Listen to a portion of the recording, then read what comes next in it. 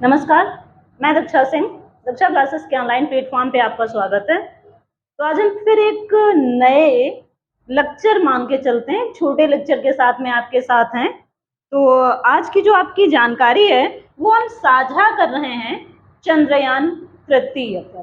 भारत की एक बहुप्रतीक्षित, एक बहुत ही महत्वाकांक्षी परियोजना या फिर कह सकते हैं लक्ष्य, चंद्रयान 3, जो कि भैया बहुत ज्यादा इस टाइम चर्चा में है। तो देख लेते हैं भैया इसकी खासियत क्या है और इससे कौन कौन से क्वेश्चन पूछे जा सकते हैं और जो कि आपके एग्जाम के लिए, आने वाली परीक्षाओं के लिए लाभकारी हैं। तो शुरू करते हैं चंद्रयान तृतीय।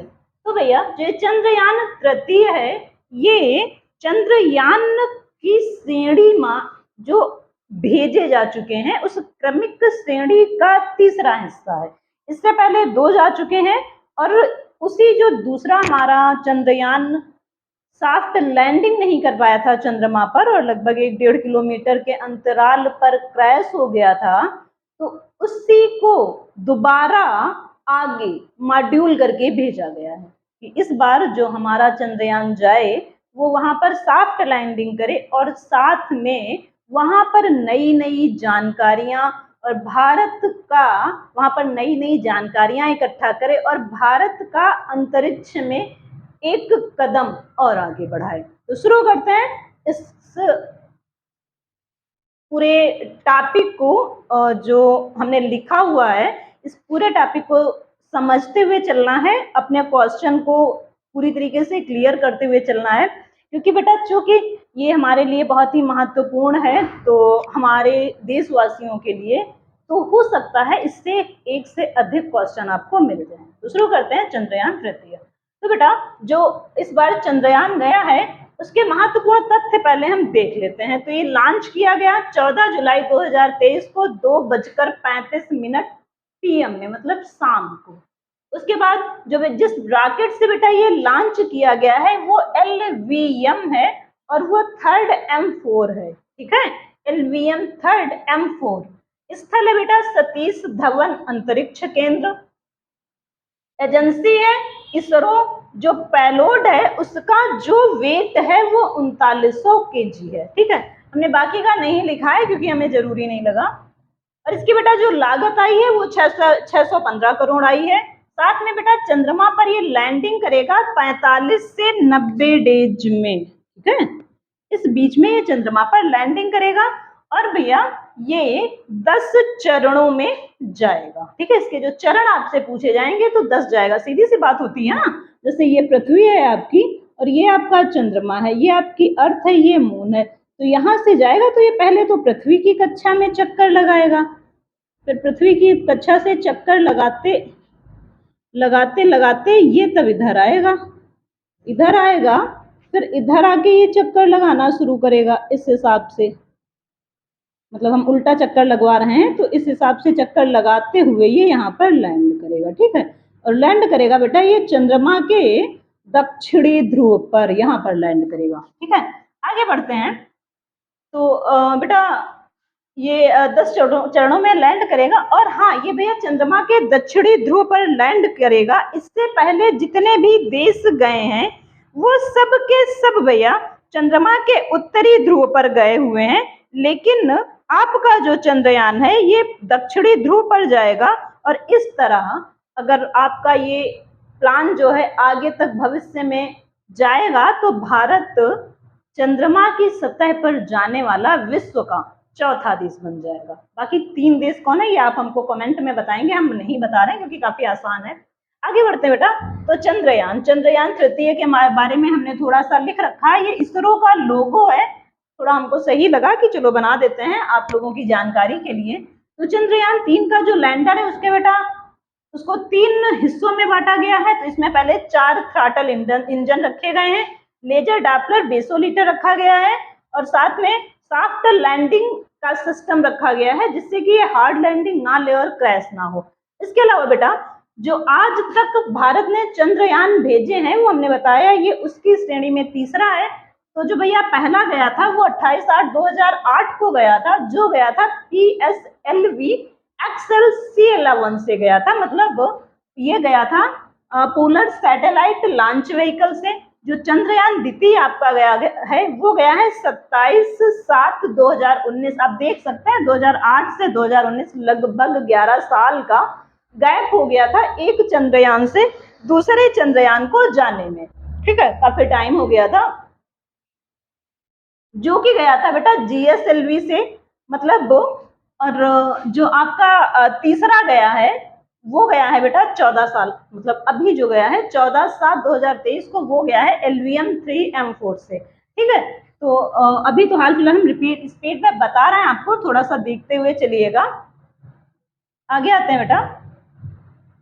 हाँ, इसरो क्यों देख लेते हैं हम लोग, एक बार इसरो की जानकारी ले लेते हैं, क्योंकि अगर इधर से हम बताएंगे तो इधर छूट जाएगा। इसरो को देख लेते हैं। इसरो बेटा आपका जो इसरो है, इसरो को देख लेते हैं। इसरो स्थापना हुई थी 15 अगस्त 1969 में, विक्रम साराभाई ने की थी, अंतरिक्ष जनक माने जाते हैं ये। मुख्यालय इसका बेटा बेंगलुरु में है। इसका जो लॉन्चिंग पैड है वो लॉन्चिंग पैड इसका सतीश धवन अंतरिक्ष केंद्र है। लॉन्चिंग स्थान इसका बेटा श्रीहरिकोटा आंध्र प्रदेश है, और साथ में जो इसका लॉन्चिंग स्थल है वो श्रीहरिकोटा आंध्र प्रदेश का है, और वर्तमान अध्यक्ष डॉक्टर S सोमनाथ है। ठीक है, अब भैया इधर आ जाते हैं, क्योंकि अगर उधर बताते हैं तो इधर छूट जाता है। जो बेटा मॉड्यूल है आपका उसके 4 हिस्से हैं। हम आपको एक बार इंजन की शक्ल, उसकी आपका जो पूरा मिशन है, जो लॉन्च जिस क्राफ्ट से और जिस रॉकेट से किया जाएगा उसके सहित हमने आपको पूरा एक मोटा मोटा नक्शा दिखाने का, थोड़ा सा नक्शा दिखाया हुआ है, वो देख लेते हैं। तो ये भैया आपका पूरा का पूरा लॉन्च किया जाएगा। तो ये भैया S-200 सॉलिड रॉकेट बूस्टर है, एक भैया ये है और दूसरा ये है। ये इसे पृथ्वी की सतह से उठा के ये भैया अंतरिक्ष तक लेके आएंगे। यहाँ से ये दोनों बेटा, इसके दोनों जो इधर उधर के रॉकेट हैं ये बेटा अलग हो जाएंगे। ये अलग होने के बाद जो हमारा C-25 क्रायोजेनिक स्टेज इसका क्रायोजेनिक इंजन बचेगा वो अलग हो जाएगा, वो भैया फिर आगे जाएगा। और चूंकि ये यहाँ से अलग है और यहाँ से अलग, जैसा कि आप देख रहे होंगे यहाँ पर ये बेटा इतना अलग है और ये नीचे का इतना अलग है, ये फिर ये हिस्सा आगे बढ़ेगा, जो कि आगे चलकर जो ये ऊपर का इनका हिस्सा है वो खुल जाएगा। उसके ओपन होने के बाद जो आपका लैंडर है वो अलग हो जाएगा।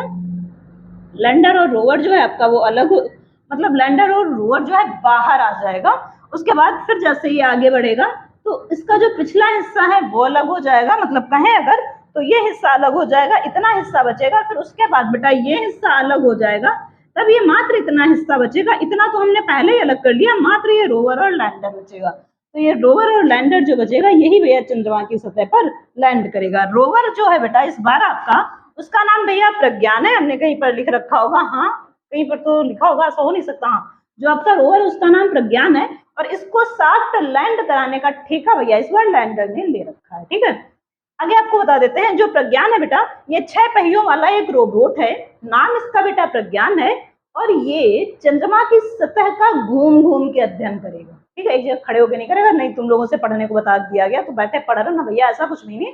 इसको पढ़ना है और चारों तरफ की शक्ल दिखा के पढ़ना है कि आसपास कैसे लोग हैं, कौन है, जो भी वहां हो, मतलब गड्ढे, उसकी सतह पर जो स्पॉट जैसे हम लोगों को दिखाई देते हैं, तो जो भी है उन सब का वो अध्ययन कराएगा और घूम घूम के कराएगा। और मजे की बात ये भैया दक्षिणी ध्रुव पर उतरेगा, और दक्षिणी ध्रुव पर आज तक विश्व का कोई भी देश नहीं गया है।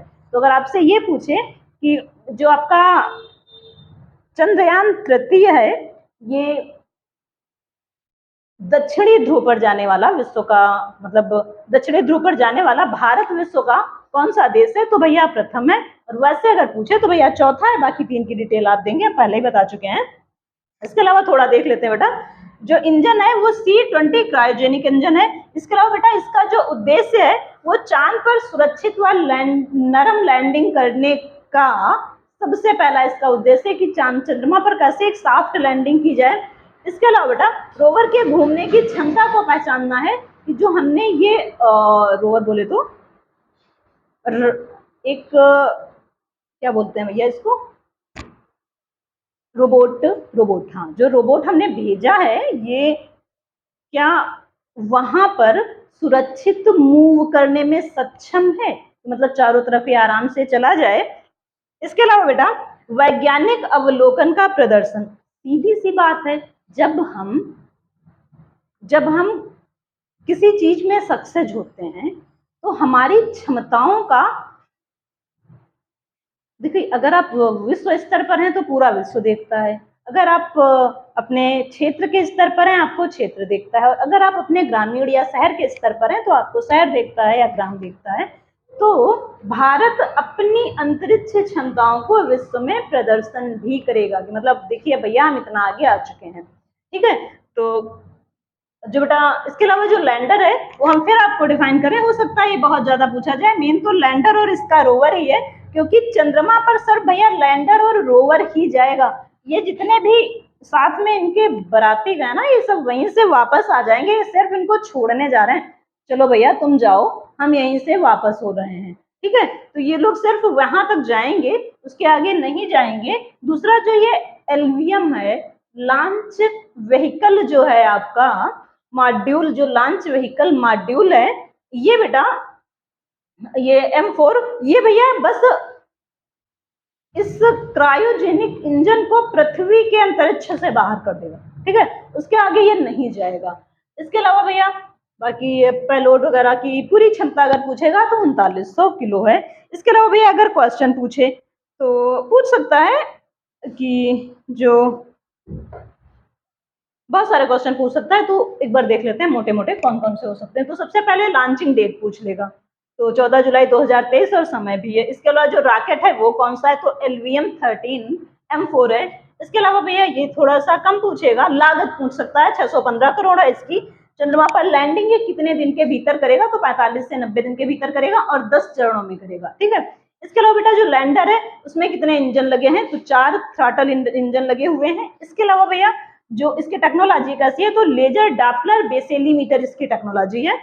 और जो मॉड्यूल के भाग हैं वो क्या क्या हैं, तो भैया प्रोपल्शन है, लैंडर है और रोवर है, ठीक है। जो प्रोपल्शन है या स्पेसशिप को चांद के ऑर्बिट तक ले जाएगा, ठीक है, यहीं तक ये लेके आएगा, इसके आगे नहीं जाएगा। और जो इसका लैंडर है वो चांद तक रोवर को ले जाएगा, मतलब सतह पर लैंड करा देगा। लैंडर है, काम है उसका लैंड कराना है, सतह पर लैंड करा देगा और भैया छोड़ देगा, ठीक है। बाकी अपना तुम घूमो टहलो जाके। और उसके बाद जो रोवर है यही भैया मुख्य है। उस बार हम लोगों का रोवर ही ध्वस्त हुआ था, जिसकी वजह से हमारा जो मिशन था वो अंतिम क्षणों में खत्म हो गया था। और अगर भैया बहुत सारा हमने आपको समझा भी दिया है कि यहाँ से ये पूरी मिसाइल के सहित आपका ऊपर जाएगा इस रॉकेट के साथ में, सॉरी मिसाइल नहीं, रॉकेट के साथ में। उसके बाद ये अपने चरणों में 1 2 1 2 करते हुए भैया ये अलग हो जाएगा 10 चरणों में। हमने शायद यहाँ पर 1 2 3 4 5 6 7 6 चरण ही बना पाए, 6 7 ज्यादा नहीं बना पाए। हमने मोटा मोटा आपको समझाने की कोशिश की है, क्योंकि बेटा हमने यहाँ पर ला के इसको छोड़ दिया है। अभी ये चंद्रमा के चक्कर लगाएगा ना, इस हिसाब से भी चंद्रमा के चक्कर लगाएगा फिर जाएगा। और इसके अलावा बेटा ये क्या पूछ सकता है, उद्देश्य से पूछ सकता है, इसके कौन कौन से हैं वो याद कर लेना।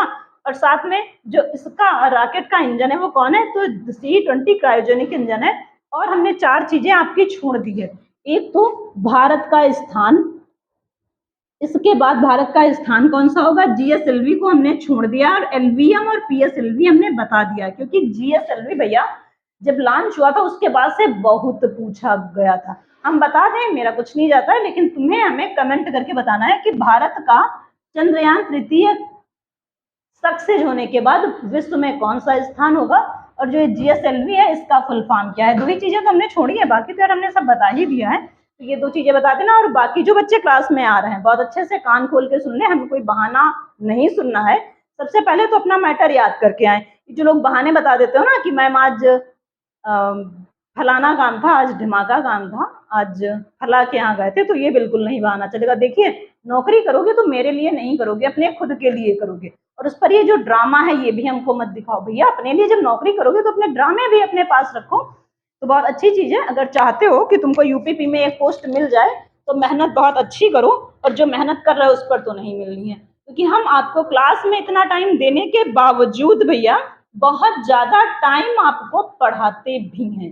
क्लास में भी टाइम देते हैं, 3 घंटे आपको बहुत होता है, 4 टीचर हमने वहां भी लगा रखे हैं।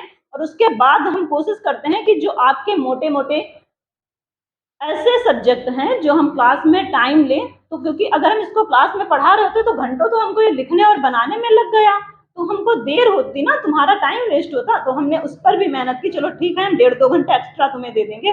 और हमने 100 बार कहा है भैया हम तुम्हें 50 मिनट की क्लास नहीं दे सकते और ना 5 क्लासें दे सकते, मेरा इतना सिलेबस नहीं है, क्योंकि यहाँ वाईफाई की सुविधा नहीं है, हम कई बार बता चुके हैं। तो बहुत ज़्यादा हम आपको क्लास अभी नहीं दे सकते, हम कोशिश करेंगे हम आपको 2 क्लास दे दें, लेकिन उसके साथ जितना मिल रहा है मैटर एनफ है। अभी यूपीपी नोटिफिकेशन जारी नहीं कर पाई है, तो जब तक जो जारी हो रहा है तब तक आप लोग चाहें तो अपनी बुद्धि को सेट कर सकते हैं, क्योंकि सबसे ज़्यादा जरूरी है अपनी बुद्धि सेट करना। बैग तो आप लोगों ने सेट कर लिया, उस दिन हमने 2-4 बातें सुनाई तो बैग तो सेट हो गया, भैया बुद्धि तो सेट करो, ठीक है।